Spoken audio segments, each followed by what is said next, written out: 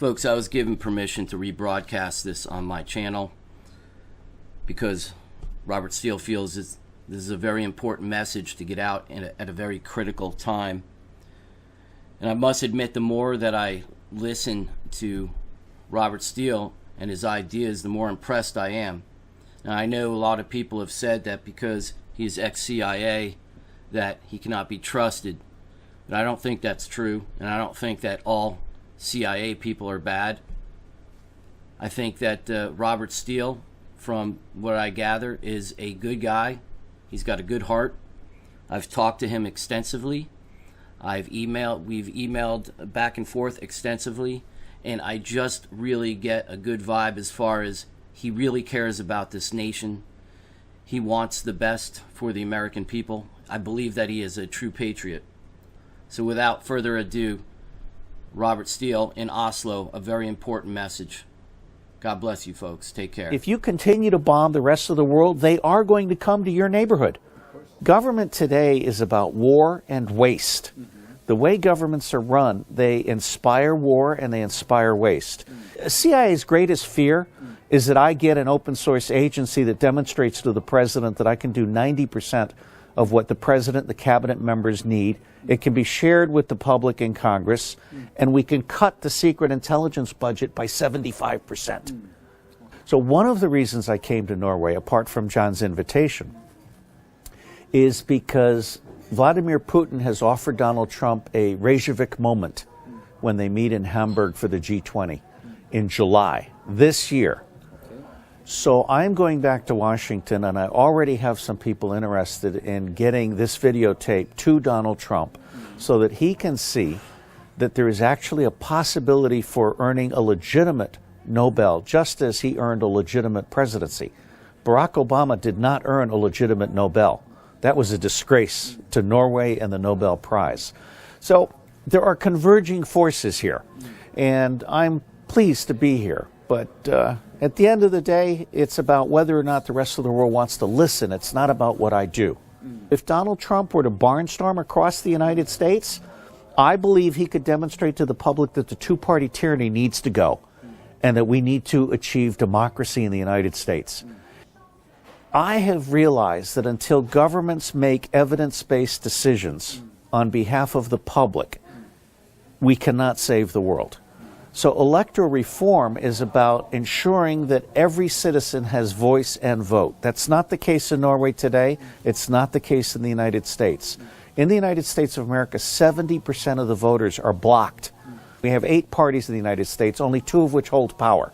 The other 6 are blocked from ballot access. And the independents are blocked from ballot access. So we actually have, as part of the deep state, you have the Rothschilds, the bankers, then you have the 2 parties that tend to share power, but they're actually bribed. The F-35. Any Norwegian citizen with a brain needs to know that if Norway is buying the F-35, someone has been bribed to make that possible. Okay? So you have the corrupt politicians, and then you have the complicit media, and you have complicit academics as well. Most university professors do not dare to challenge the deep state. And finally, you have the secret intelligence services. In Norway, I would say to you, your secret intelligence services are getting money from the Americans that they are not declaring to the Prime Minister and Parliament. There is a secret budget from the Americans to the Norwegian secret services that is not being declared. And what the Americans are buying for that is Norwegians spying on Norwegians. Government today is about war and waste. The way governments are run, they inspire war and they inspire waste. If you have electoral reform and you combine that with the open source intelligence and open source everything engineering, then you end up supporting peace and prosperity. For example, governments should not be allowed to declare war. Only publics should be able to declare war. In the United States of America, we have 11 illegal wars. We have what are called presidential wars. That is in violation of the American Constitution, which says that America will not go to war unless Congress agrees. And in fact, we have a very corrupt system. So electoral reform is the public power part of it, and open source everything, and open source intelligence and open source everything engineering is the intellectual part of it.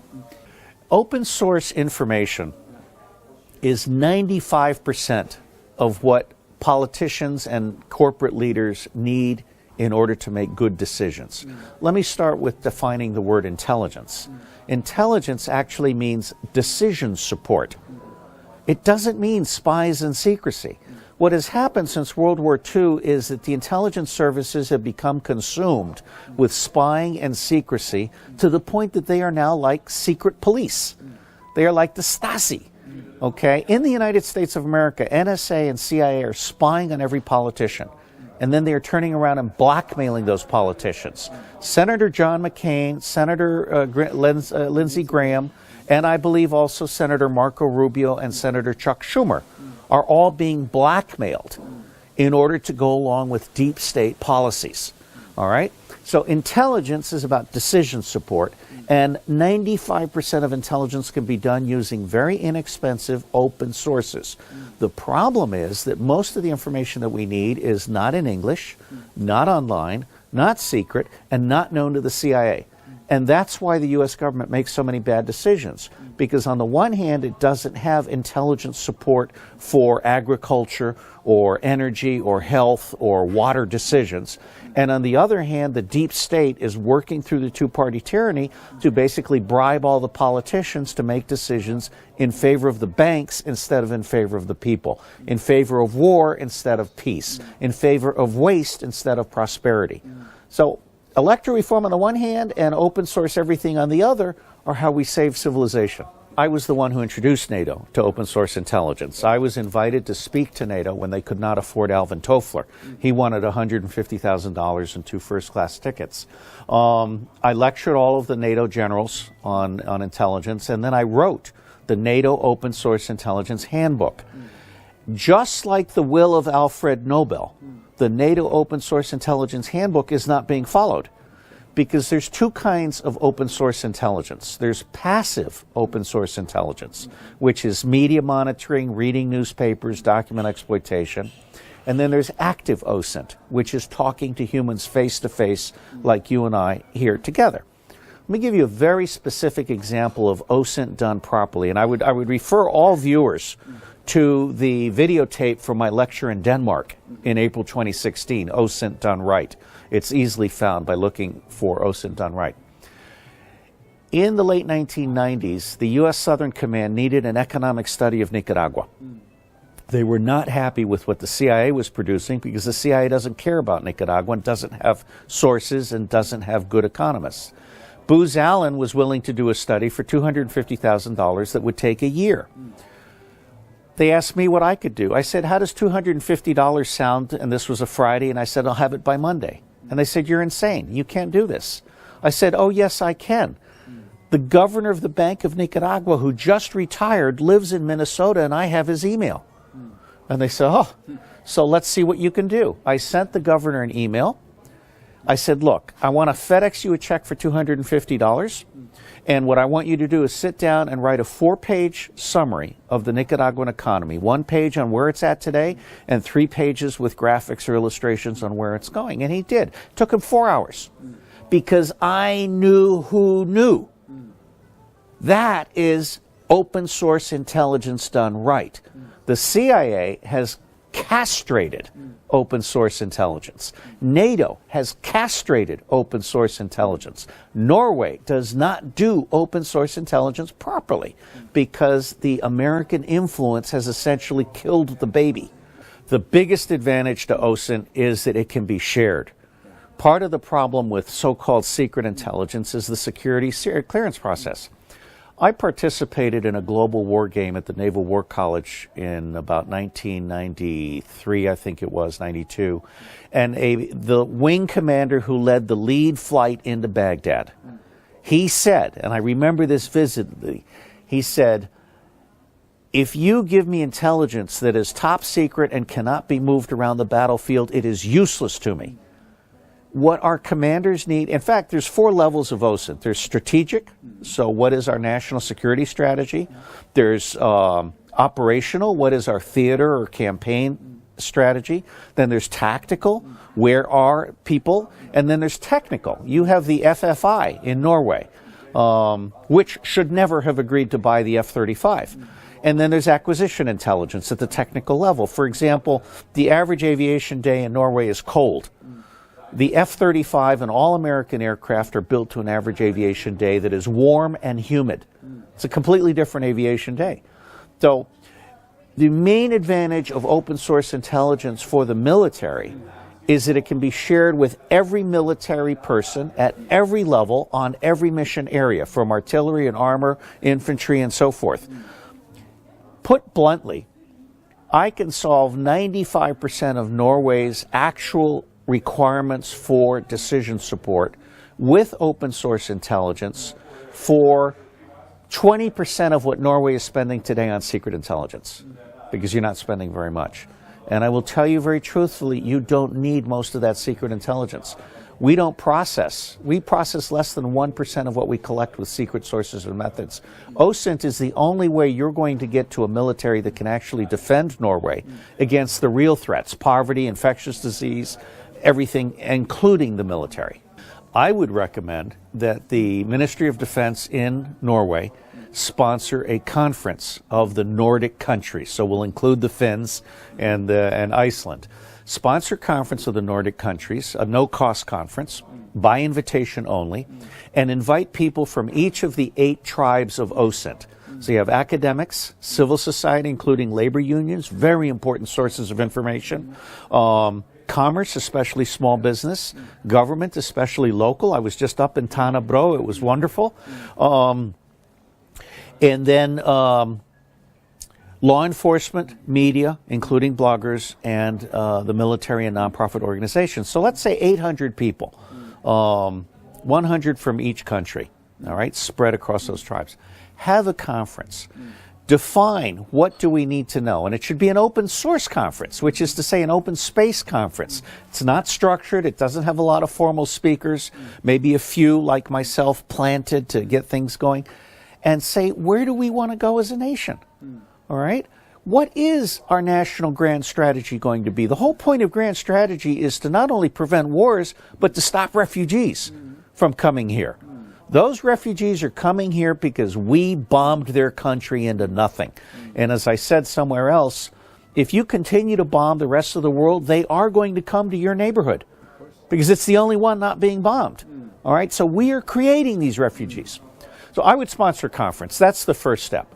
The second step, if you want to be clever, I have spent 30 years getting the Office of Management and Budget in the United States to agree to pay $2 billion a year for an open source agency.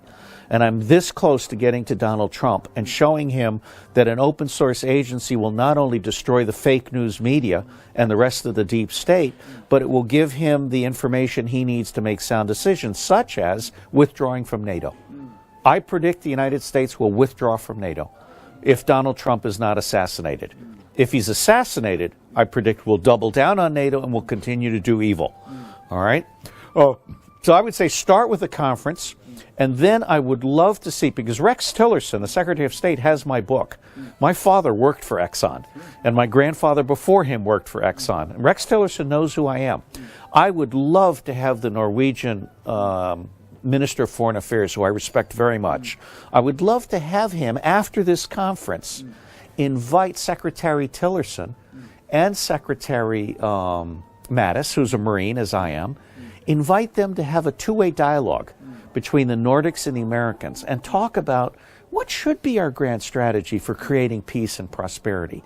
How should we, in fact, invest not just in the military? One of the things that Frederick Heffermel and I have talked about, Frederick's the greatest authority on everything that's wrong with the Nobel. We've talked about how for 1/3 of what we all spend on military wars, not the military, but military wars, for 1/3 of that, we could raise the 5 billion poor. We could solve all 17 of the Sustainable Development Goals. And the reason my ideas are worthy of the Nobel, if implemented, is because I figured out how to do it for 10% of the cost of the existing industrial system. Let me give you a simple example. A tractor by John Deere costs $200,000. An open source tractor costs $20,000. 10%. And a tractor by John Deere cannot be repaired by the farmer. It has to go to a very expensive repair facility. An open source tractor is so simple it can be repaired by the farmer in the field. All right? So I think Norway, if it wants to, Norway is slipping away from its social contract. And so has the United States slipped away from its social contract. If Norway wanted to sponsor a conference, and do it soon, because there is a Reykjavik moment coming. Putin has reached out to Trump and said he'd like to have a meeting with Trump the way Reagan had a meeting with Gorbachev in Reykjavik. So in Hamburg in July of this year, there is an opportunity for Trump and Putin to announce that they are going to wage peace, create an open source agency, an international open source agency, and each country will be invited to be a part of that. And I absolutely guarantee you, if we do that, we can bury the deep state, we can lift the 5 billion poor, and we can put the public back in charge. I've spent 30 years being silenced and marginalized. And Donald Trump, for all of his warts, and he has many, has opened the door. Because he was an accidental president. A lot of people are reading my free essay online, which is also a Kindle book. It's called Donald Trump, the Accidental President Under Sage. He was not supposed to win. All the bookmakers, the House Never Loses, have said he wasn't supposed to win. Cambridge Analytica said he wasn't supposed to win. And he won by accident. And now everyone is frantically trying to get him to go away. Donald Trump has opened the door to populist power, together with Brexit. Now, in the Netherlands, we've seen that the populists did not win, but it's perhaps a good thing, because that populist may have been too extreme. In France, it may be a good thing if that populist doesn't win. I'm not sure. But what is happening here is all of a sudden, the public is starting to understand that the deep state exists. And if you take the old phrase, the enemy of my enemy is my friend, and if we all agree that our common enemy is the deep state, then Donald Trump is our common friend. He is a bull in a china shop, and the china that needs to be broken now is called the deep state. The New York Times and the New Yorker and what I call crap news network, CNN, are particularly evil in this regard. They know that there's a deep state, but they're in denial. They're trying to persuade the public. But most of the public now regards all of them as fake news. Okay? The deep state begins with the Rothschilds and the Vatican. They have had financial power since time immemorial. The Rothschilds were instrumental in setting up central banks. These central banks are the means by which private interests control public interests. They manipulate interest rates.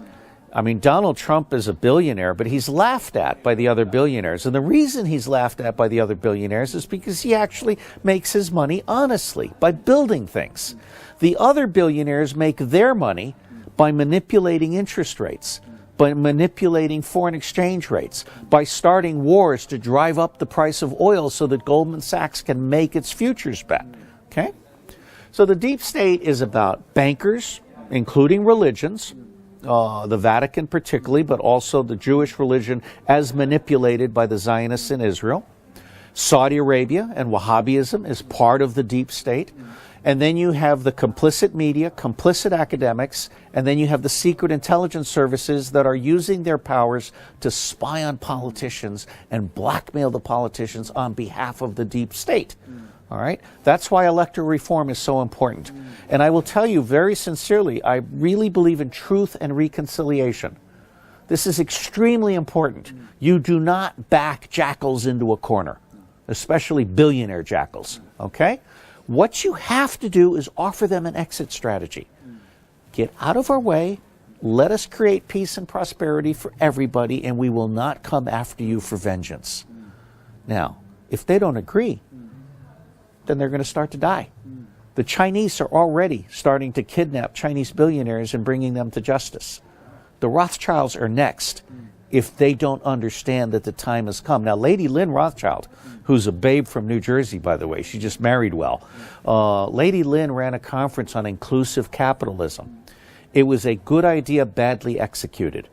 And the fact of the audience, in her audience, was everybody from Prince Charles, who has been associated with pedophiles, and Bill Stewart, Bill Clinton, who has been on Jeffrey Epstein's Lolita Express, which is the pedophile island run in the Caribbean, and Hillary Clinton, always traveling separately. They have different tastes, okay? Lolita Island has something for everybody, and it's wired for video and audio.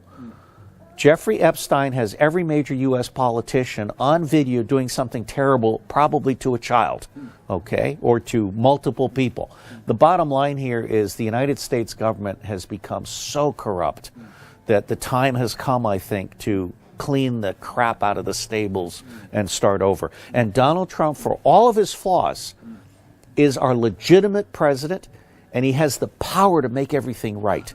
And I give Putin a lot of credit, because when Barack Obama threw 35 Soviet officers out of the United States of America, that was completely unjustified. Putin showed restraint. The United States of America may well lose some states. Hawaii and Vermont and Texas, as well as possibly a portion of California. But Hawaii is the most important, because Hawaii was invaded and stolen.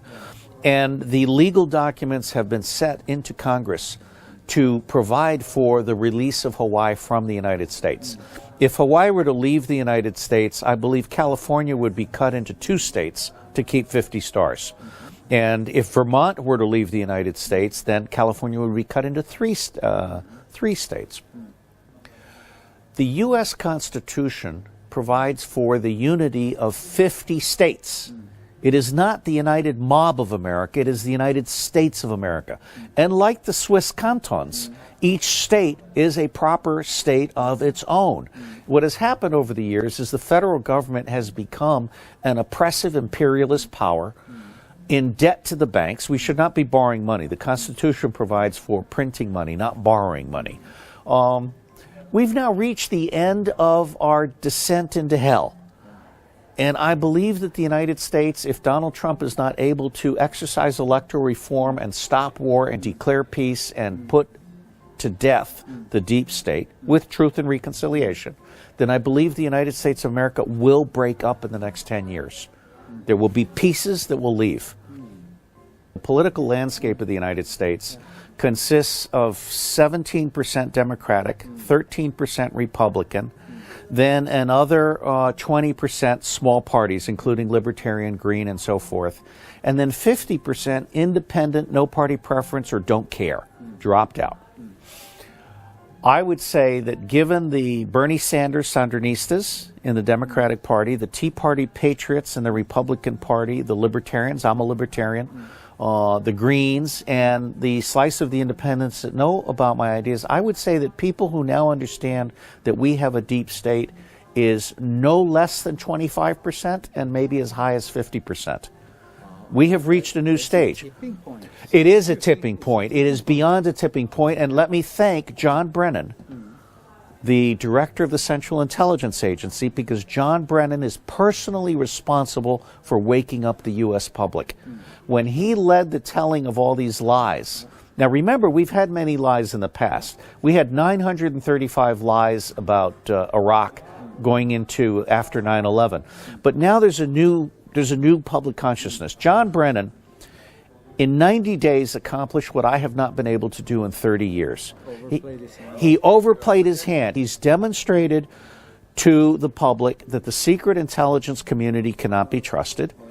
The mass media has lost their credibility with the public because they're now seen as fake news. And not yet complete, but if Donald Trump were to barnstorm across the United States, I believe he could demonstrate to the public that the two-party tyranny needs to go and that we need to achieve democracy in the United States.